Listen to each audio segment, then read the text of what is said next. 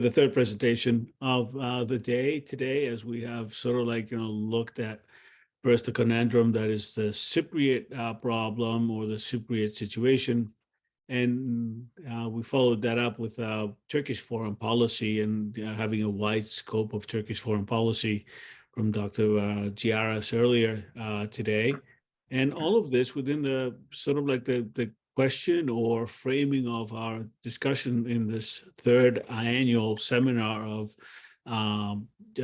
diplomacy and security in the Eastern Mediterranean, of really looking at this, what appears to be a resurgent nationalism, or as Dr. Milanas yesterday framed it, as recasting nationalism, not that it has gone away from the region. And then, of course, Dr. Prodromou, really including or infusing the concept of nationalism with religion as a dimension that we don't necessarily see a great deal, especially, us on this side of the Atlantic. It just seems that we sort of had a wishful thinking of shedding ourselves of the concept of nationalism, yet we see it again and again.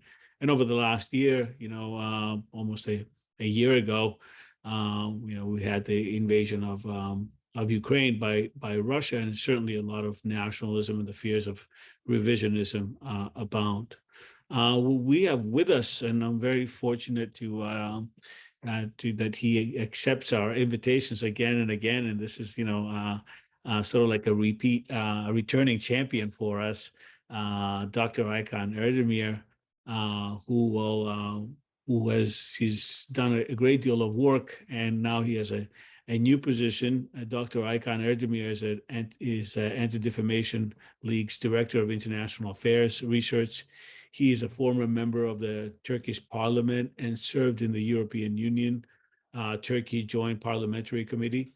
He's a founding and steering group member of the International Peace of Parliamentarians for Freedom of Religion or Belief. Aykan received his BA in International Relations from Bilkent University and an MA in Middle Eastern Studies and a PhD in Anthropology and Middle Eastern Studies from Harvard University. He was a doctoral fellow at the Hauser Center for Nonprofit Organizations at Harvard's Kennedy School of Government and a research associate at the University of Oxford's Center on Migration, Policy, and Society. He earlier worked as faculty member at Bilkent University's Department of Political Science and Public Administration and Middle East Technical University's Department of Sociology, where he also served as the Deputy Dean of the Graduate School for Social Sciences. He's co-author of Antagonistic Tolerance, Competitive Sharing of Religious Sites and Spaces, a Routledge Press publication of 2016. Aykan was awarded the Stephanus Prize for Religious Freedom in 2016 and the first Freedom Award of the Hellenic American Leadership Council, HALC, in 2019 in recognition of his advocacy for minority rights and religious freedoms. So without further ado, Dr. Erdemir will be discussing Turkey's sustainable positive spillovers, the 3+1 process and its impact on Turkish policy and rhetoric. Again, very hearty welcome to a friend and a participant, Dr. Erdemir. Aykan, the floor is yours. Thank you, Professor Bambakas. Thank you, Petros, for that generous, kind introduction. Also, thank you again for the kind invitation again. This is my third time presenting at this wonderful seminar series. It's really a delight, not only to join forces with a number of colleagues for whom I have great regard academically as well as policy-wise, but also for this opportunity of a Q&A and exchange with this wonderful group of students and seminar participants. Today, before I begin, by the way, thank you, Isak Kulalic, for moderating today's session as well. So today, before I begin, I would like to commemorate the nearly 50,000 lives lost in Turkey and Syria during the twin earthquakes on February 6th, and the latest one, just yesterday, I'm sure all of our hearts go out to the victims and their families, and I would like to wish all the injured a speedy recovery. And I also would like to, in the spirit of this Eastern Mediterranean seminar, I would like to use this opportunity to thank all who have lent a helping hand, especially from the Eastern Mediterranean, either by donating to earthquake rescue and relief efforts, or by joining in-person volunteer teams to travel to Turkey, especially to the teams from Greece, Israel, and Armenia, who have demonstrated that regardless of political tensions or differences, our common humanity unites us all. And I also would like to specifically recognize the Republic of Cyprus for offering to assist in rescue efforts, an offer which was initially accepted by Ankara, but sadly later declined. Considering that 25 Cypriot Turkish students, 12 to 14-year-olds, visiting Turkey's Adıyaman province for a volleyball match, and 10 accompanying Cypriot Turkish adults also lost their lives in Turkey under the rubble of a hotel.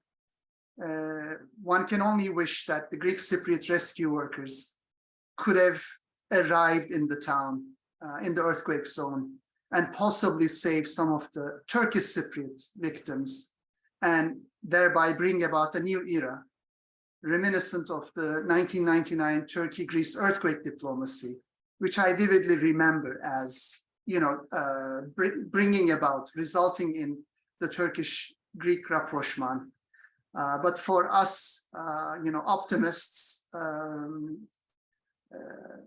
we never give up. I believe there will be time when more such collaboration and rapprochement will take place. Now, moving to my talk. So today, the title, as you might have already seen, is Sustainable Positive Spillovers, ?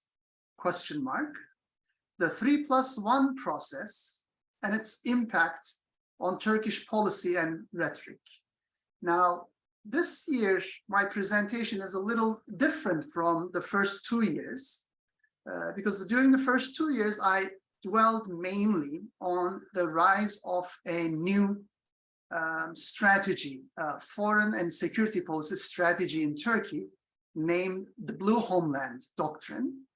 And that would have possibly fit quite well into this year's overarching theme around resurgence or recasting of nationalisms.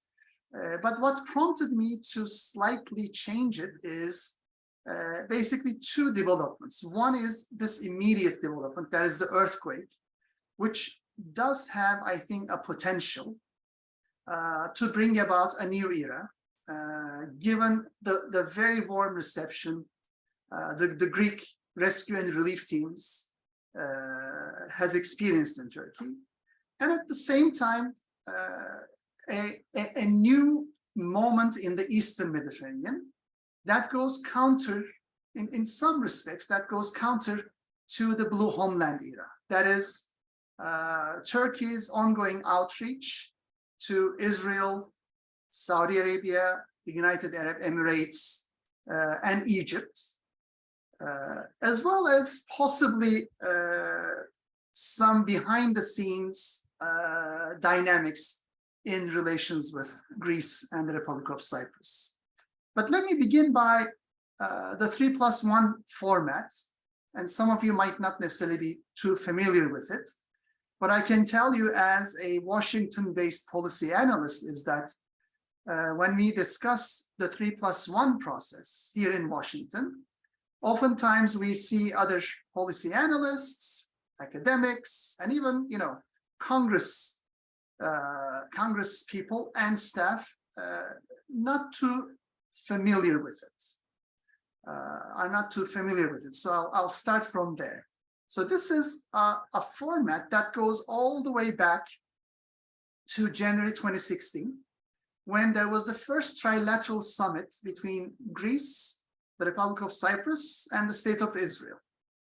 Now, that trilateral summit format led to a +1, that is the United States, during the 5th trilateral meeting in Beersheba, Israel, in December 2018, when then U.S. Ambassador to Israel, David Friedman, joined the meeting. So by July 2019, it was agreed by the 3+1 participants that there would be a permanent secretariat for the coordination of cooperation mechanisms to be established in Nicosia and begin in July 2019, basically.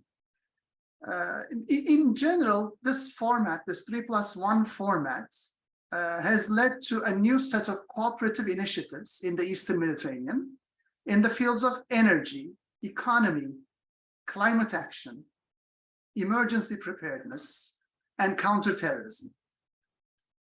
And besides contributing to resilience, energy security, and interconnectivity in the region, and boosting intergovernmental ties among these 4 partners, I would like to argue that the 3+1 process has arguably also led to some positive spillovers beyond these 4 participating states. And of course, the one setting for those positive spillovers I have in mind today is the Republic of Turkey, or if you want to use its new adopted name, Turkey, the Republic of Turkey. Now, when the leaders agreed to increase, the 3+1 leaders agreed to increase regional cooperation to support energy independence and security, and to defend against external malign influence in the Eastern Mediterranean and the broader Middle East.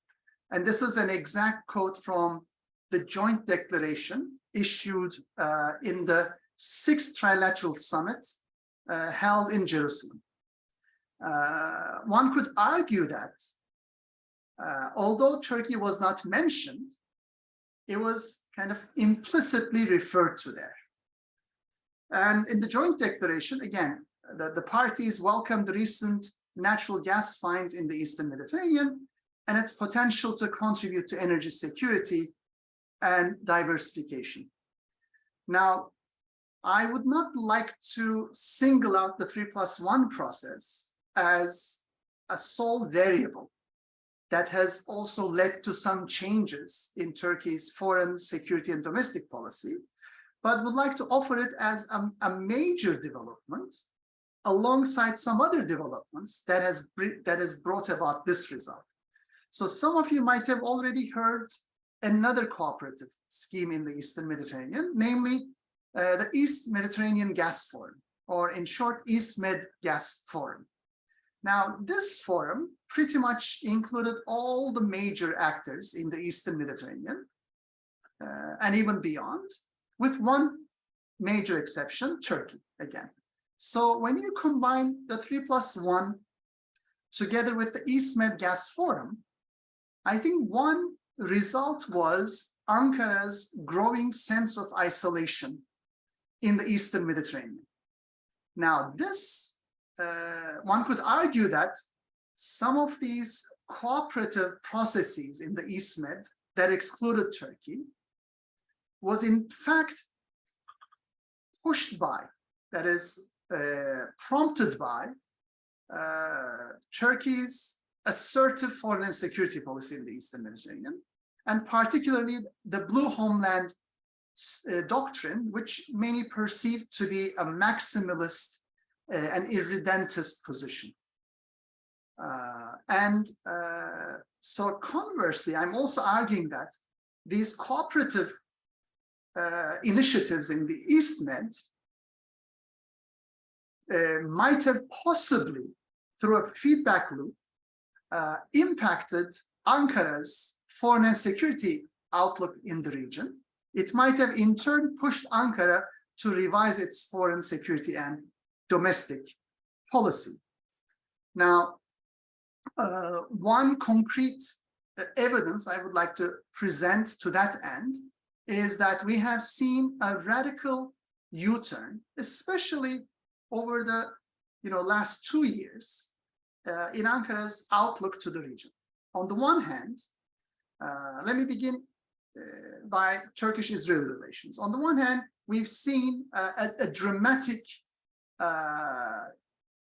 decline in Turkish-Israeli bilateral relations, especially since the 2010 flotilla event in the East Med, which ultimately led to the withdrawal of Turkish and Israeli ambassadors from the respective Turkish and Israeli capitals. And what this has led to is that the first Muslim majority country in the world, namely Turkey, to recognize Israel, then became a country where Israel no longer had an ambassador. To make matters worse, at the height of the Abraham Accords, for example, when the United Arab Emirates normalized relations with Israel, Turkey opposed that process and even threatened to withdraw its ambassador from the United Arab Emirates, which many analysts found ironic because here was the first Muslim majority state in the world to recognize Israel, threatening an Arab state from the Gulf for its normalization of relations with Israel. The reason I'm highlighting this is to show you what I would consider to be a relatively stark difference in Ankara's foreign and security positions over the last several years, particularly. So we have seen a significant U-turn. So an Ankara that saw many of these cooperative initiatives as a threat and tried to oppose it, then joined, one could argue, then joined the bandwagon to some extent. So we have seen that with the Turkish-Israeli normalization. We have seen the Israeli head of state visit, Turkey, Ankara, hosted at the presidential palace. So these were scenes pretty unpredicted only a few years ago. It wouldn't have made much sense. But besides this, there were other developments on other fronts. For example, Turkish-Saudi relations, which again hit a bottom following the murder of journalist Jamal Khashoggi in Istanbul and the growing rift between Riyadh and Ankara, was again on a recovery path, with Saudis pledging economic investments in Turkey. Similarly with the United Arab Emirates, which was singled out by Turkey for quite a number of years following the aborted 2016 coup, for being behind the coup, for being one of Turkey's top rivals in the region, was suddenly approached as a neighbor, deepening diplomatic and economic relations, triggering, again, some Emirati investment in Turkey. Similarly, we have seen an outreach by Ankara to Egypt, trying, and this was a bilateral relation particularly strained following President Sisi's rise to power in Egypt, ousting a Muslim Brotherhood, a Turkey-aligned Muslim Brotherhood-led government. And so Turkey and Egypt were kind of the key rivals on the pro and anti-Muslim Brotherhood tensions in the region, and that rift began to be mended a bit. So now when we take a look at all these, one could argue that these are all tactical, pragmatic moves by Ankara, and these steps solely aim to break free from Ankara's growing isolation in the region, and that the skeptics could present these as, yet another way of kind of recasting nationalism, meaning when Ankara recognized the limits of its earlier strategy, which ended up isolating Ankara, one could argue, skeptics could argue that Turkey adopted a new strategy of at least cooperating with some of these partners with the hope of breaking free from this growing isolation.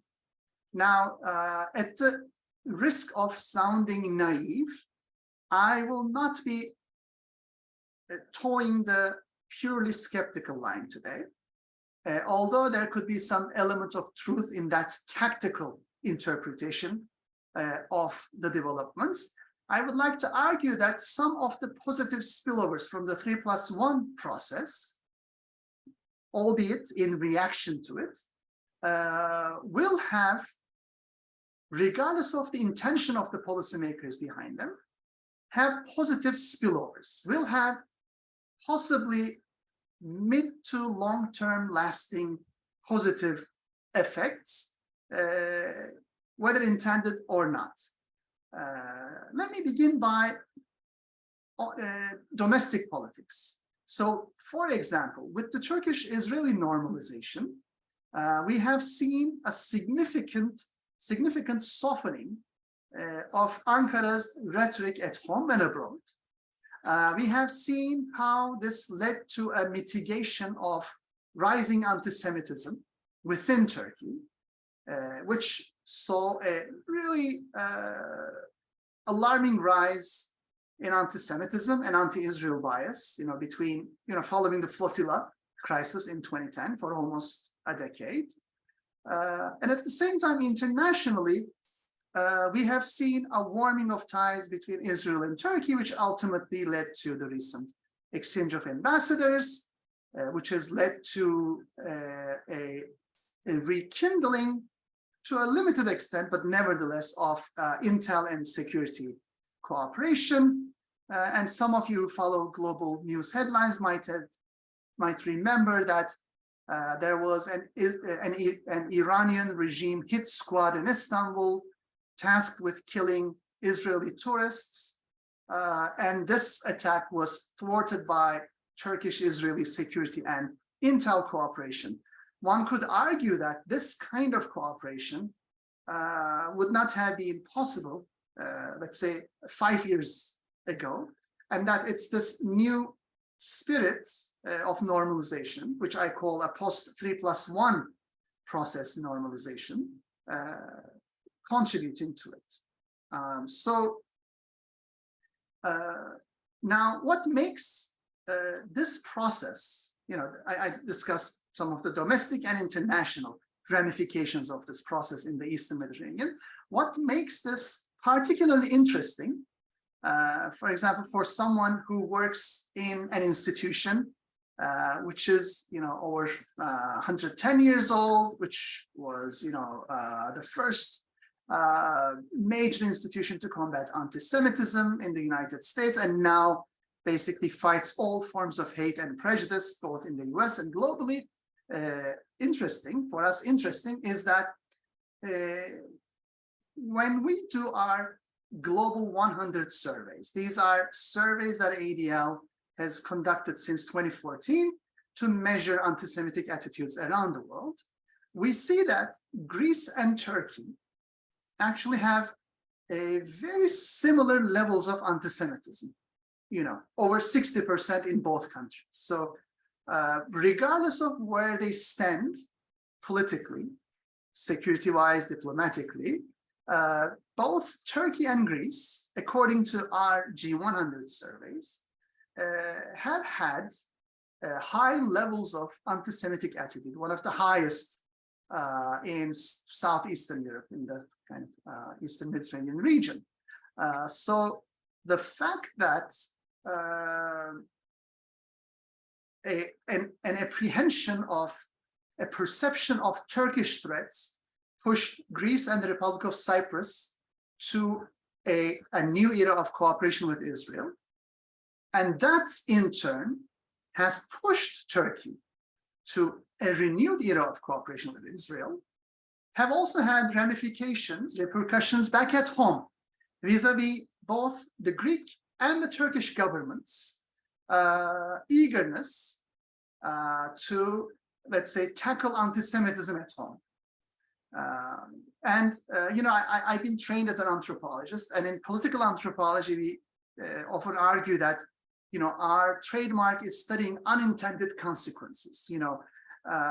The results of policy processes where policymakers inadvertently bring about results that they haven't necessarily thought about. So it's, as you all know, policymaking is a very chaotic process full of unknowns. So here we are witnessing a process whereby some diplomatic and security tension and conflict leading to some cooperative relationship on the part of these parties, and then ending up with some positive spillovers domestically at home. Now, let me reflect on a talk I hosted last year in Washington, D.C., at a synagogue, together with the Greek ambassador to the United States.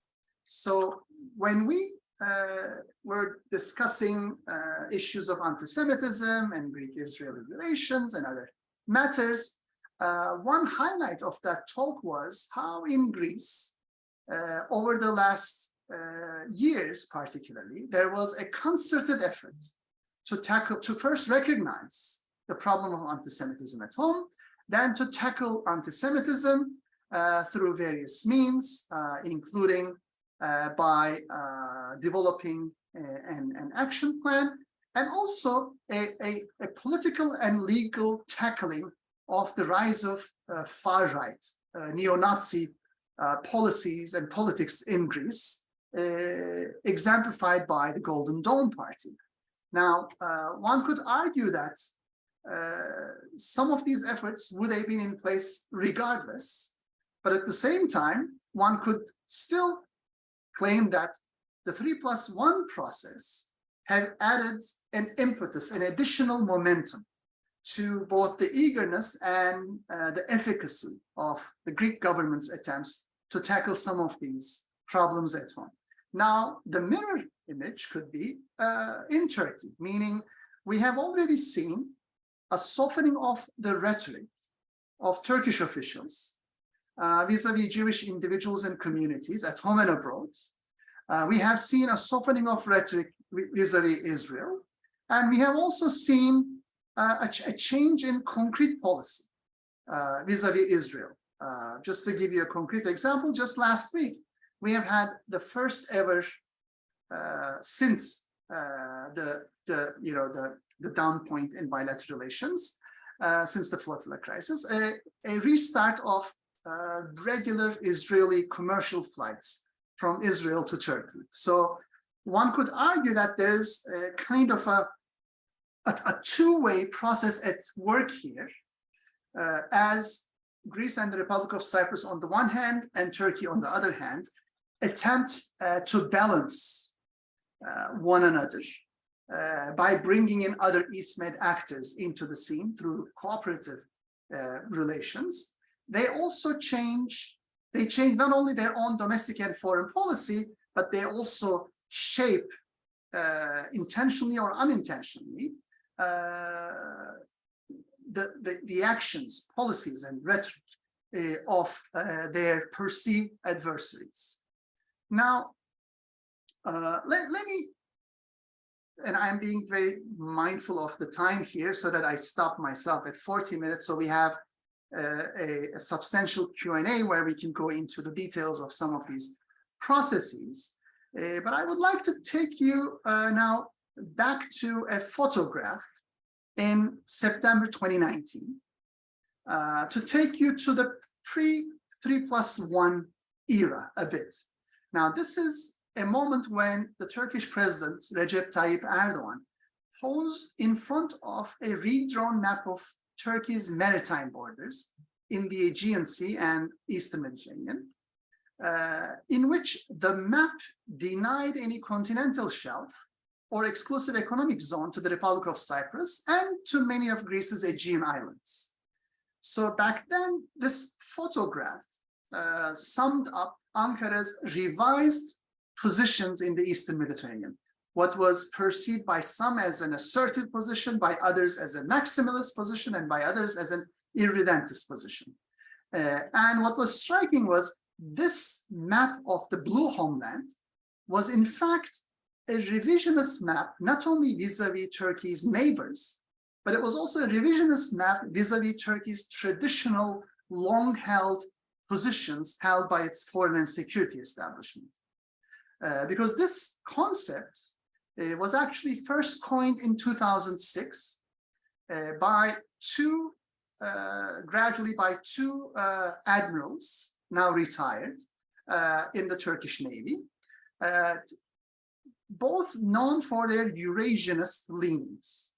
And for those of you who are not following Turkish politics closely, Eurasianism is an ascendant ideology, a political movement in Turkey that is not only anti-Western, anti-NATO, anti-European Union, but also sees Turkey's future in an alliance with Russia, China, Iran, namely the authoritarian regimes to the east, for various reasons, various domestic and international policy reasons, which also include a belief that given human rights standards are so low with these Eastern potential allies, Turkey would fare, or Turkey's kind of ultra-nationalist project would fare much better among such new allies rather than Turkey's traditional transatlantic allies, which demand a higher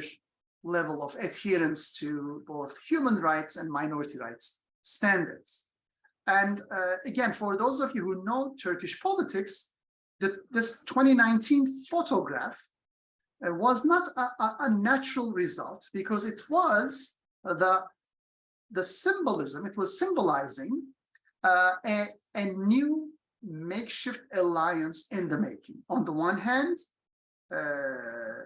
as I said, with Eurasianists increasingly asserting their power since Turkey's aborted coup of 2016. And on the other hand, Erdogan's traditional base in political Islam. In fact, it was also quite striking that one of the architects of the Blue Homeland actually spent almost 4 years in prison during Erdogan's prime ministership on relatively trumped up charges of plotting a coup to bring down Erdogan. So this again is a reminder that in politics, both domestic and foreign policy, tactical alliances, shifting alliances happen to be the rule of the game. And now, as I try to bring this whole talk to an end, let me walk you over some of the key take-home messages today. So on the one hand, I've highlighted that there has been a new revisionism in Turkey's foreign and security policy, especially when it comes to the Eastern Mediterranean, that resulted from the post-2016 abortive coup years of alliance making in Turkish domestic politics that brought Eurasianist nationalists together with Erdogan's tradition of political Islam.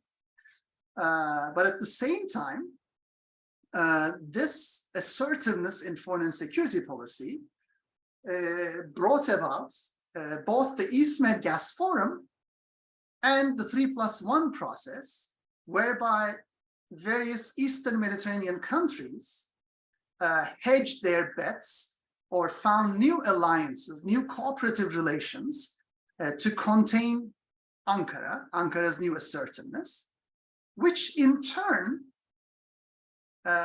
forced Ankara to reconsider its foreign and security policy positions and bring about a new era of cooperative, and some might argue tactical, outreach to some of these actors.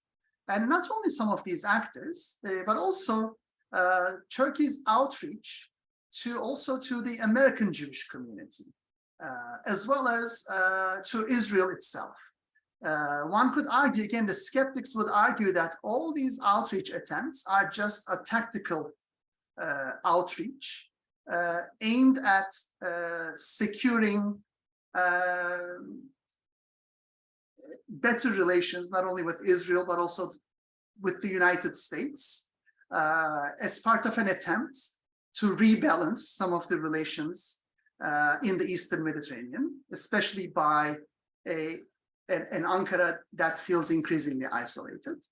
But others, like me, would also argue that regardless of the relative tactical nature of these movements, there will be some sustainable spillovers, especially when it comes to people-to-people relations, especially when it comes to softening of policy rhetoric and its subsequent positive spillovers into other areas of cooperation. So it's almost like whether the initial impetus was tactical or not, today we see a deepening cooperation at the economic, diplomatic, security, and intel level, which then has their own positive spillovers into other areas. And ultimately, this was, a process all intertwined with other processes. And I just want to end with the fact that when the Turkish-Greek rapprochement of 1999 took place, it was basically the earthquake diplomacy of 1999, the earthquake that hit Gölcük near Istanbul, that led to a devastation, but then also a similar generous outreach by Greek rescue and relief efforts, and then by Greek politicians. So sometimes there are these other moments of crises, these black swan events that also lead to a radical rethinking in policy and providing an opportunity to change course and replace adversarial relations with more cooperative relations. So the reason I wanted to focus on this particular year, in February 2023, is because I believe on the one hand, we have a structural process that is leading to some level of cooperative relations, and coupled with a horrible humanitarian tragedy that's similar to 1999, has once again opened up new possibilities of kind of an humanistic bridge building work, a dialogue. And ultimately, again, I'm not naive. I know that it will be up to policymakers, decision makers, whether to grasp some of these opportunities and turn them into processes for peace building, cooperation, and conflict resolution. But at the same time, I'm also aware, as a former policymaker myself, that political leaders could choose to go the very opposite way. That is, they can not only miss this unique historic opportunity, but they can also double down on earlier processes of adversarial, conflictual relations that have led to some of the basically bottoming out of bilateral and multilateral relations in the Eastern Mediterranean. So let me stop here and turn to you for Q&A, and I think Isaac will also help me with that. Yeah, let me make some, great, thank you. Lots to discuss. I took a lot of notes on your presentation. As always, very packed full of information. And this I would, I really appreciate your opening statement on the devastation in Turkey and Syria this a couple of weeks ago, and like even yesterday, the earthquake, the multiple earthquakes.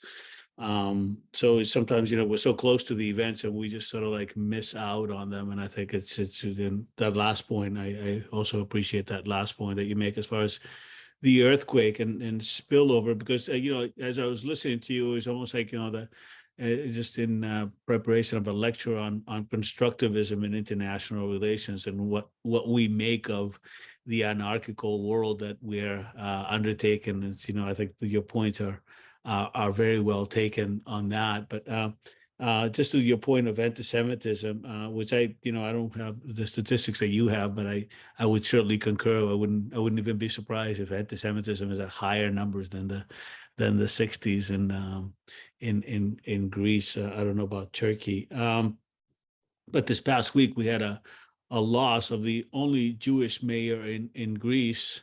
The mayor of Ioannina passed away. He was the first and only Jewish mayor of Greece, Elisaf Moises, somebody who was born and raised in Ioannina, he and his family, and sort of like, there has been, I don't know to what extent, the 3-1 has been a process there, but I also would say that there's a lot of left-right politics that goes along with it, and definitely how the Palestinian situation was also like framed in some ways, and Israel was viewed as sort of like not necessarily the state that was very open to negotiation when it comes to the Israeli-Palestinian dispute. So I think some of that is also like part of the structure there as far as the relationship. But I could just think of like even the government of Semitis in the 1990s and restructuring and redoing some of the synagogues and temples that were destroyed in Greece since the Second World War. But I think I like the point very much as far as the spillover is concerned. And my question to you, I guess, with my long sort of like preamble, is to what extent it's like a lot of this stuff to me, it just almost sounds like a level of insecurity on the part of internal Turkish politics, of almost like the coup is engineered by Americans and now they're isolating us on top of this, and sort of like one sort of like pushes the other kind of a thing. And here's the gas forum, and of course this gas forum is a continuation of the coup, and sort of like partnering. So how much of that is perception and misperception on the part of like what's going on from Ankara or even from other capitals in the region? Now, I think that the important word you highlighted there is perception, because since 2016, since the abortive coup, not that misperceptions were not there before, but we have seen a particularly deepening of misperceptions. That is, a particular taking hostage of everyday political wisdom by conspiracy theories and misperceptions. So it's actually, it goes beyond misperceptions. It becomes a new level of conspiracy theories. So, for example, if we did a media survey of the last 6 to 7 years, we can easily find numerous op-eds in media outlets arguing, or news pieces arguing, that the coup was American, Israeli, Emirati, collaboration. It was an attempt to undermine Turkey, and that it was also part of an ongoing economic battle against Turkey. Again, some financial conspiracies that led to Turkey's financial meltdown and currency, devaluation. So it was basically there was a 5 to 6 years of tying everything to a global conspiracy. Now, for us scholars who work on anti-Semitism, this sounds very familiar because such grand conspiracies have always been around. But at the same time, I would like to differentiate between two concepts. One is, perceptions, misperceptions, disinformation, misinformation, and conspiracy theories. But on the other hand, there is also what I call an objective realization of the changing conditions. So that is where I think Turkey's policy establishment has been relatively, let's say, unaffected by these conspiracy theories. And that is Ankara recognizing, this has been an unprecedented level of isolation in the Eastern Mediterranean. We have been left out of a lot of these new cooperative initiatives in the East Med. All the East Med and even some Gulf partners are talking to one another. They're deepening economic cooperation, energy cooperation, diplomatic cooperation, security cooperation, intel cooperation. And even in cases where there wasn't that cordial of a relationship before, just to take everyone back, during the Cold War, both Greece and Cyprus were much closely aligned with many of the Middle Eastern and North African Arab states. So the 3+1 process today, against that backdrop, signifies a relatively different mood for the region.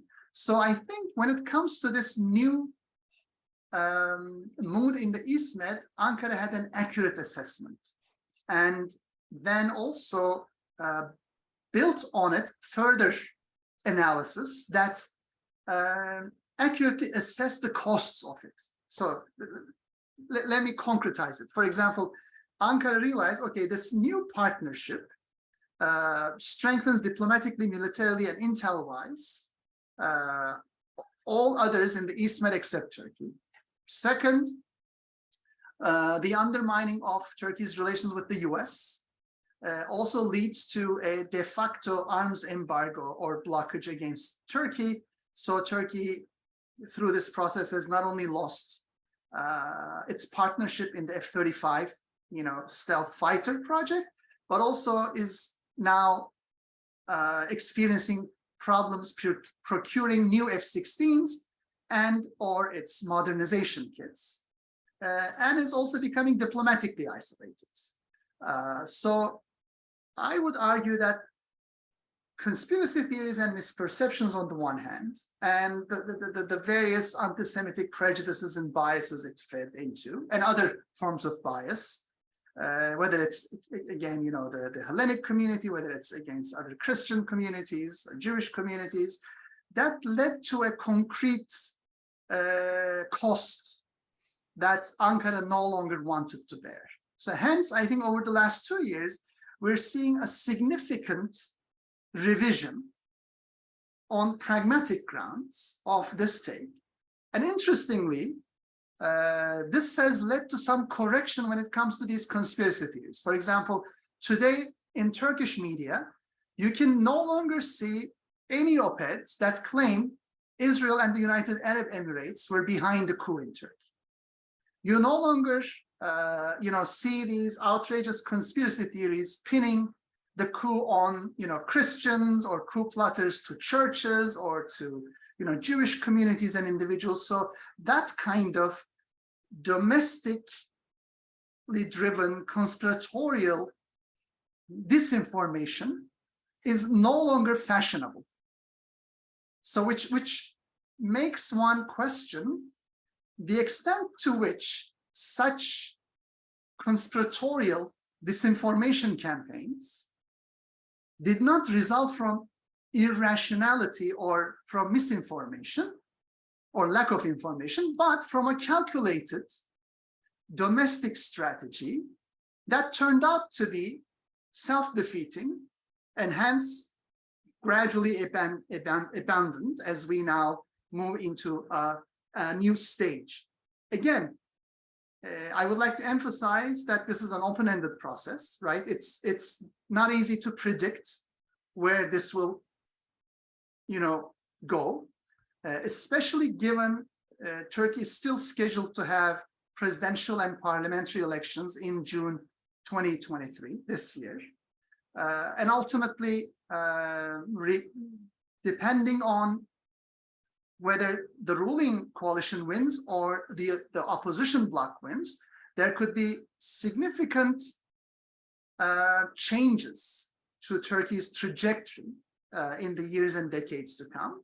But I just want to emphasize one final issue, and that is, regardless of what happens with Turkey's next presidential and parliamentary elections, there have already been some processes in action that will be conducive to rapprochement, to cooperative behavior, to warming up people-to-people ties and to mitigating some of the hate and prejudice and conspiracies. Again, this is not just a pure structural issue, it's an agency issue.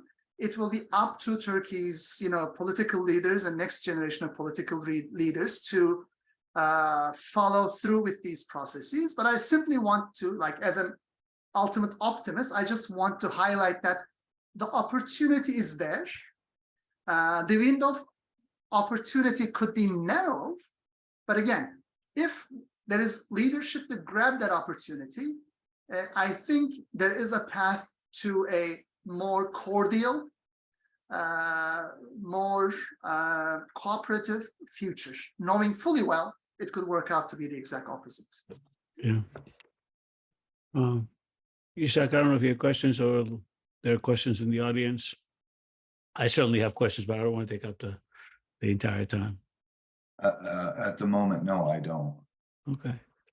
Yeah. So you mentioned that that process, and you mentioned a little bit the elections, and the last point that you made is also troubling from the perspective of like who guides what's being read and how much of that freedom of the press exists. If it's like it's that kind of a calculated structure of disseminating information and disinformation, and it goes back to that rhetoric part that it's on your title of your presentation today. How much of that rhetoric should be consumed externally, and how much of that rhetoric goes counterintuitive to what you're trying to do as policy-wise is concerned. Again, and by the way, thank you for this question, because it allows me to complicate the issue of rhetoric and policy, because as you mentioned right at the very start, we are also now going through another, let's say, worldwide process that is brought about by by Russia's invasion of Ukraine. Because ultimately, much of the neo-nationalist, conspiratorial, kind of anti-minority and anti-Semitic rhetoric we have seen pushed in the Turkish context was also linked not only to political Islam, but also to Eurasianism and other forms of conspiratorial authoritarian ideologies. Now, it's important to keep in mind that beginning with Russia's invasion of Ukraine, we have seen, I don't know what's the best way to put it, but new challenges posed to the Eurasianist worldview. When you think about it, if you are a Eurasianist political elite in Turkey, trying to convince the Turkish public that all the evils threatening Turkey come from the West, from NATO, from the European Union, from the Council of Europe, as well as Turkey's Christian and Jewish minorities, as well as a global cabal. You have a very hard time selling this one-sided conspiratorial view of the world at a time when Russia has proven itself to be a key threat to democracy, to territorial integrity of a nation state next door, and committing basically crimes against humanity with impunity. So one could argue that this is not a great time to be a Eurasianist in Turkey. Although in the aftermath of the aborted coup in 2016, it was an opportune moment for the Eurasianists. So we have seen a rise in their, let's say, popularity and impact. So I would argue now they are in decline.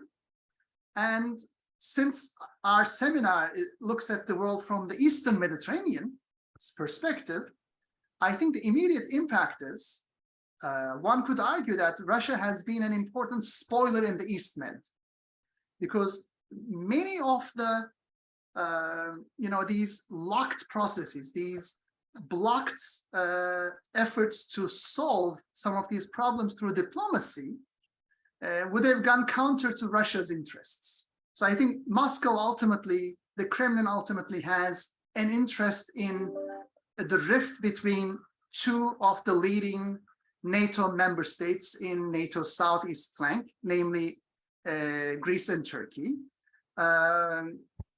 Russia does have an interest in destabilizing the East Med as part of its ambitions to have a permanent presence in the region.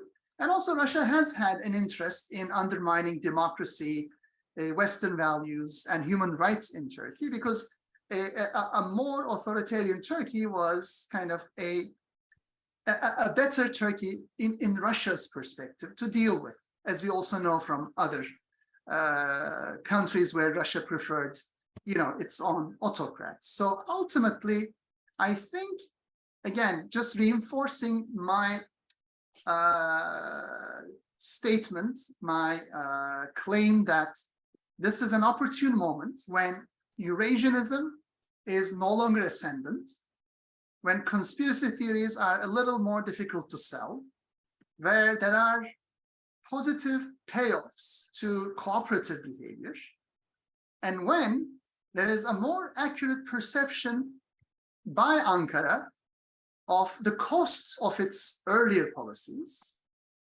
Again, all of these to me appear as windows of opportunities. It's like a unique moment coupled with, the earthquake diplomacy reminiscent of 1999. Again, this is a unique moment. I understand everything has to wait until after the elections, regardless of who wins those elections. But again, this is more, I think, a call that this opportunity is here. We don't know whether it will stay here, but it will be up to, of course, leaders to grab it. I understand NGOs, civil society, citizens have a say in foreign and security policy. But again, ultimately, as we have seen from 1999, there was a lot of people-to-people diplomacy and coming together on both sides of the Aegean, but it ultimately took some leaders, visionary leaders, to turn that into a concrete rapprochement. So that's, I think, where ultimately everything ends up.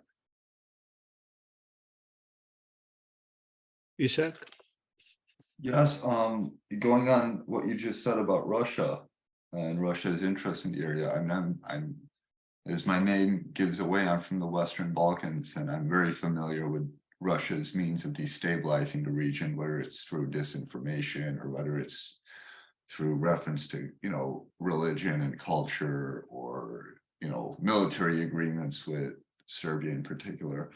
I'm curious, what steps do you see Moscow taking going forward to continue to stoke instability in the Eastern Med, particularly concerning Turkey, Cyprus, Greece, etc.? Now, again, thank you, Isak, for this great question, because it allows me to go a little more into the big, not elephant, but the bear in the room, and that is you sounded like you wanted to add a lot more in there, so I figured I'd ask. Thank you, because it really is part of the matrix here. First of all, let's give it to Putin. He really played his hands very smartly. His most brilliant step vis-a-vis Turkey was convincing Ankara to purchase the S-400 air defense system. So basically, an air defense system, a surface-to-air missile system, designed to shoot down NATO aircraft, ended up being, deployed in Turkey, a NATO member state. And this then created further rifts in Turkey's relations, not only with the United States, but also with other NATO allies. This led to the pushing out of Turkey from the F-35 supply chain, Turkey failing to receive F-35s, and now even Turkey not able to receive F-16s and their modernization kits, and potentially feeling the need to turn to Russia or China for its military needs. And again, this was a smart Russian move, you know, like creating a path dependency that could ultimately estrange Turkey to a greater extent from its NATO allies. But add to that Russia's energy diplomacy, you know, with, you know, adding Turk Stream to Blue Stream.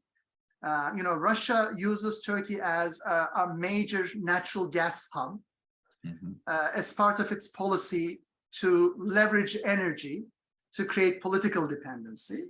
And add to that, Russia's building of Turkey's first ever nuclear power plant in Akkuyu on the Mediterranean coast, and its ambitions to literally settle at the port there, so which would ultimately become a new Russian port on the Mediterranean coast. We see Russia inserting itself in Turkish politics, economy, and energy policy, and using Turkey as a hub to reach other neighboring countries as well.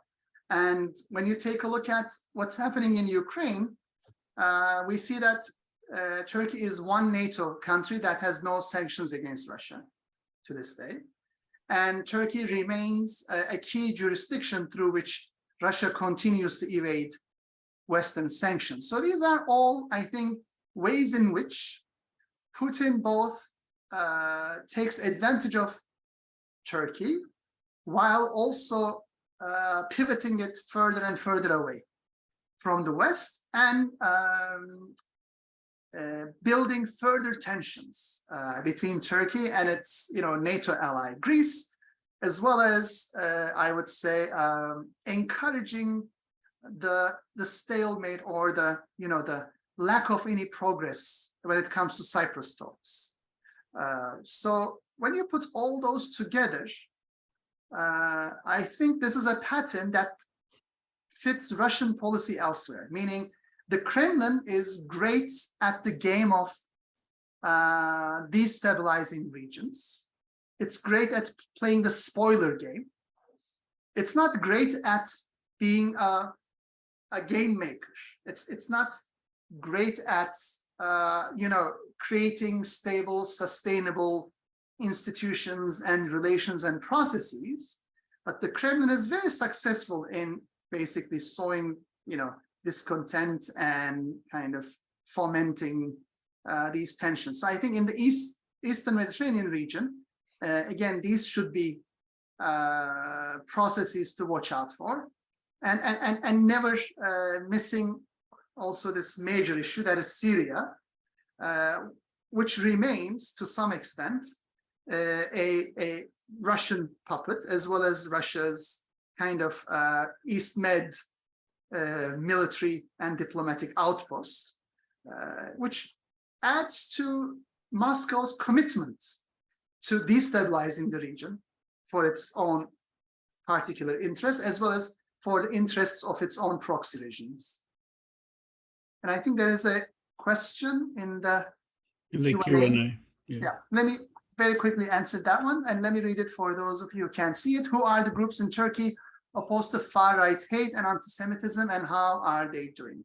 Now, again, a great question, because ultimately, you know, I've talked about the conjectural changes in Turkey's foreign and domestic policy that brought about a positive moment in combating hate.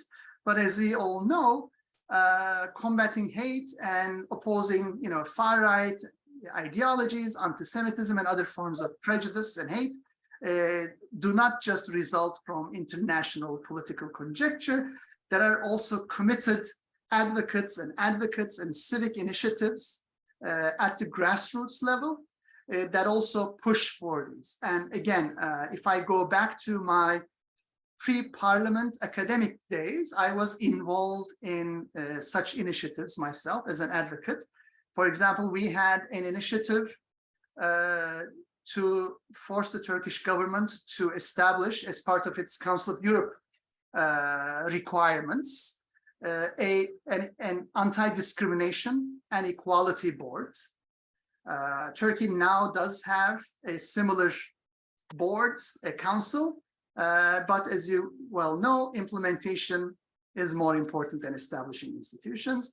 At the same time, I was also part of an initiative called platform to basically bring about a hate crimes bill in Turkey. So I was lucky enough to work with that same platform I was a member of in Parliament to co-draft Turkey's first hate crimes bill.